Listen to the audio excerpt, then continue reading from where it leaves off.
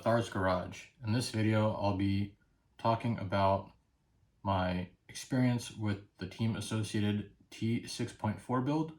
So let's get started. So if you're running on carpet like I am, you'll need to buy a gear diff. Additionally, the kit does not come with a body. So I bought the J Concepts finisher body.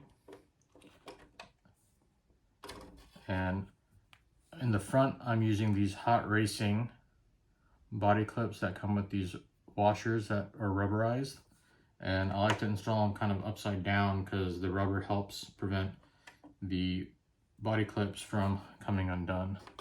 On the rear, there's not enough room, so I'm just using the stock body clips that came in the kit. All right. So I'm gonna go over any issues I had during the build. So in bag 1, I didn't have any issues.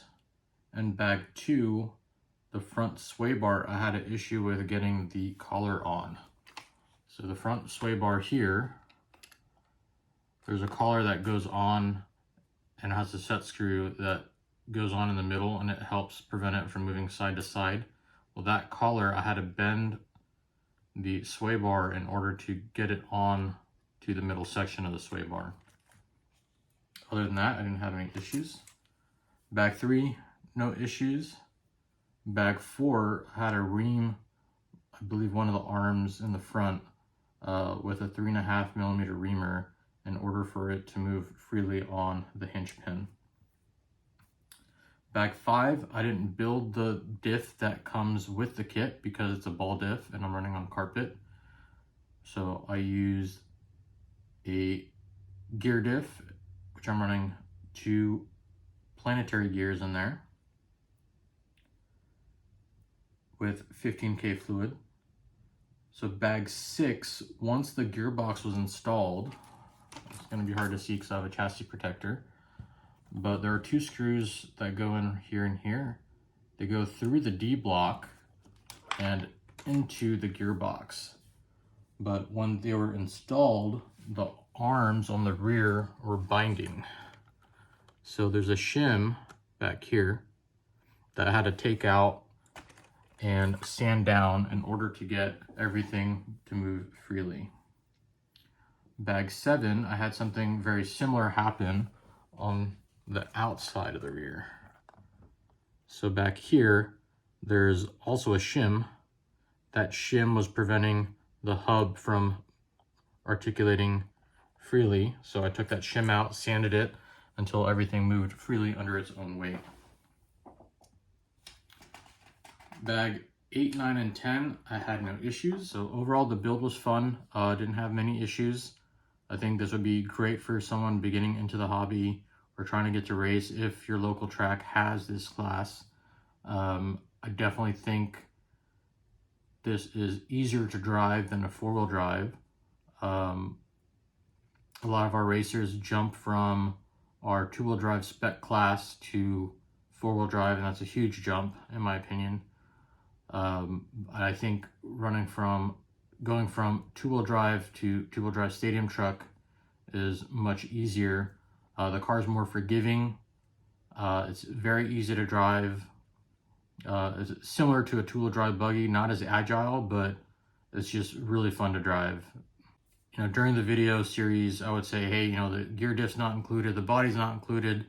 It didn't have the turnbuckle that is included in the B6.4 to attach from this point to this point. And that this wasn't a great value. And yeah, you know, it's not a good value in terms of what you're getting. However, I would like to modify my statement in saying that, you know, hey, it's a great truck out of the box. The kit setup works really well. I haven't done anything besides my ride height. I have it down to 16, camber 1 degrees all around, toe in the front is 0, and the back is whatever it was in the kit. And the car is competitive. So yeah, it might be paying a premium because it doesn't have all these items like some of the other brands. However, after racing against the Schumacher Storm, I will say that the car does have a lot of speed in the turns, and it handles really well on the jumps.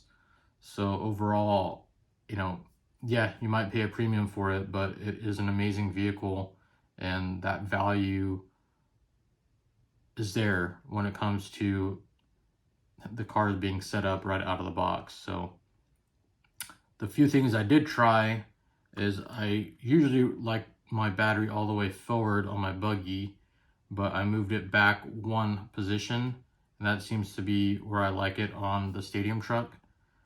It doesn't nosedive as much. Additionally, I tried putting buggy springs on.